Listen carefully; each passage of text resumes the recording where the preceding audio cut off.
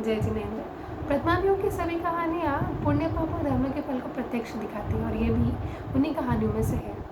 चंपापुर नगर में मेघवान नाम का राजा राज्य करता था। वहीं पर सोमदेव नाम का एक ब्राह्मण था। उसकी पत्नी का नाम था सोमिला। उसके 3 पुत्र थे, सोमदत्त, सोमिल और सोमवती। उनकी 3 कन्याओं से विवाह हुआ, धनशी, मित्रशी और नागशी। कुछ समय बाद सोमदेव ने तो दीक्षा धारण कर ली और उनकी जो पत्नी थी सोमिला, वो सम्यक दृष्टि थी, अणुव्रती थी और अपनी तीनों बहुओं को समय समय पर उपदेश दिया करती थी। धनशी और मित्रशी तो उनका उपदेश सुन के जिन धर्म में और प्रेमी और उन्होंने दृढ़ता धारण की, लेकिन जो नागशी थी उसके ऊपर उस उपदेश का बहुत ही उल्टा असर हुआ। वो और वैसे भी पाप कार्य में तत्पर रहती थी, उसने और उपेक्षा ही धारण करी। कुछ समय बाद उनके घर में धर्मरुचि नाम के मुनिराज का आना हुआ। जो सोमदत्त था उसने मुनिराज का पड़गहन किया, उनको उच्चासन पे बिठाया, पाद प्रक्षालन किया और अपनी जो वाइफ थी नागशी उसको बोल के गया कि आप इनको अति प्रीति से आहार कराना। तो जो नागशी थी उसको बड़ा गुस्सा आया, उसके मन में बिल्कुल भी प्रेम भाव या प्रीति भाव नहीं आया मुनिराज के प्रति। इनफैक्ट कि वो ये कौन नग्न है और मैं क्यों इनको आहार दान कराऊँ, इससे तो मेरा अन्न वेस्ट ही होने वाला है। ऐसे उस बहुत क्रोध से और अति कषाय से उसने जो उनका आहार था उसमें विष मिला दिया। मुनिराज को जब आहार प्राप्त हुआ और थोड़े टाइम बाद जब उनको ज्वर आया तो उन्हें समझ में आया कि उनके शरीर में विष प्रवेश कर गया है।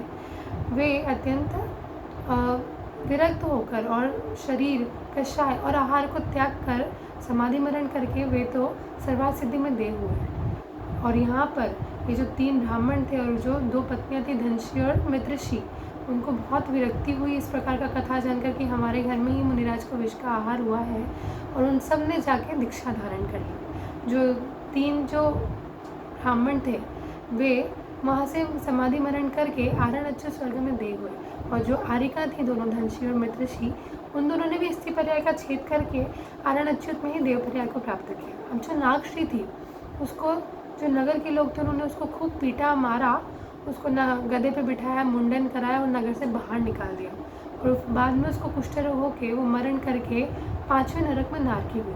वहाँ पे 17 सागर के आयु भोग के वहाँ से फिर तिर्यंच पर्याय को प्राप्त किया, फिर नरक। इस प्रकार बहुत कुगतियों में उसने भ्रमण किया और बहुत दुख प्राप्त किया।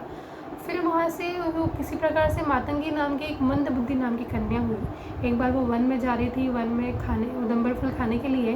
वहाँ पे समाधि गुप्त मुनिराज थे, उनसे उसने पूछा कि अरे आप ऐसे क्यों बैठते हैं यहाँ पे, ऐसे शांत मुद्रा में ऐसे हाथ पे हाथ रखे, भोजन भी नहीं करते हैं। तो मुनिराज ने उसको प्रीति से उपदेश दिया, भक्ष का ज्ञान कराया, पंच नमस्कार मंत्र दिया। वहाँ पर उस मातंगी ने पंच नमस्कार मंत्र को ग्रहण किया, अणुव्रतों को धारण किया और वहाँ से मरण करके वो फिर से मनुष्य हुई। वहाँ से मरण करके वो दुर्गंधा नाम की कन्या हुई।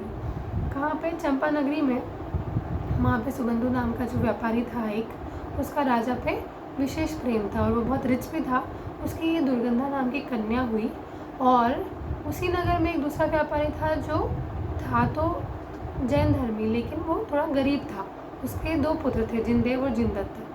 तो जो सुबंधु ब्राह्मण था उसने अपनी पुत्री के लिए उनमें से पुत्र को मांगा। धनदेव था, वो मना नहीं कर पाया क्योंकि उसको पता था कि रिच है और इसका राजा के ऊपर विशेष प्रभाव है। तो उसने अपने पुत्र के लिए हाँ कर दी। जब वो बड़े पुत्र को पता चला जिनदेव को कि मेरी दुर्गंधा से शादी होने वाली है, तो वो भाग गया वहाँ से और उसने मुनि दीक्षा धारण कर ली। जो दूसरा पुत्र था उसकी दुर्गंधा से शादी भी करा दी, पर दूसरे दिन वो भी भाग गया। दुर्गंधा को बहुत विरक्ति हुई और दुख बहुत हुआ। विरक्ति से ज़्यादा उसको उस टाइम पर तो दुखी हुआ और उसकी माता उसको अपने घर ले गई। एक बार उसकी माता के घर पे सुरवता नाम की आरिका माता आई, उनके साथ 2 सुंदर और बहुत यंग 2 और आरिका माता थी। उनका वृत्तांत जान के दुर्गंधा ने उनको आहार कराया और उनसे उसको भी अपने संसार शरीर भोगों से विरक्ति आई कि मैं कहाँ ये विषयों में पड़ी हूँ। उसने भी वहाँ पे आरिका व्रत को धारण किया। एक बार उसने वन में एक वैश्या को देखा जो वहाँ पे 5 पुरुषों से घिरी हुई थी। उसको देखकर दुर्गंधा के मन में, आरिका जो उस टाइम आरिका थी, उनके मन में ऐसा आ गया कि वो ऐसा वैभव और सौंदर्य तो कितना अच्छा है, मुझे भी प्राप्त हो। लेकिन उसके बाद ही उन्होंने तत्काल विचार किया कि वो ये कैसा विचार आया। उन्होंने घोर तपस्चरण किया और वहाँ से मर के वे हुई द्रौपदी नाम की कन्या। और ये जो 5 आरण अच्युत में देव थे, द्रौपदी नाम की कन्या नहीं हुई, आरण अच्युत में देवी हुई। और आरण अच्युत में जो 5 पहले के देव थे वो हुए पांडव, और ये जो देवी बनी थी ये आई द्रौपदी बन के। 5 पांडव में से 3 पांडव युधिष्ठिर, अर्जुन और भीम, उन्होंने इसी भाव से निर्वाण प्राप्त किया। जो 2 नकुल और सहदेव थे वो सर्वार्थ सिद्धि में गए और वहाँ से आगे मुक्ति प्राप्त करेंगे। द्रौपदी ने उसी भाव से दीक्षा धारण की और वे भी 16वें स्वर्ग में प्रतिंद्र हुई हैं और वहाँ से निकल के यहाँ पर मुक्ति धारण करेंगी।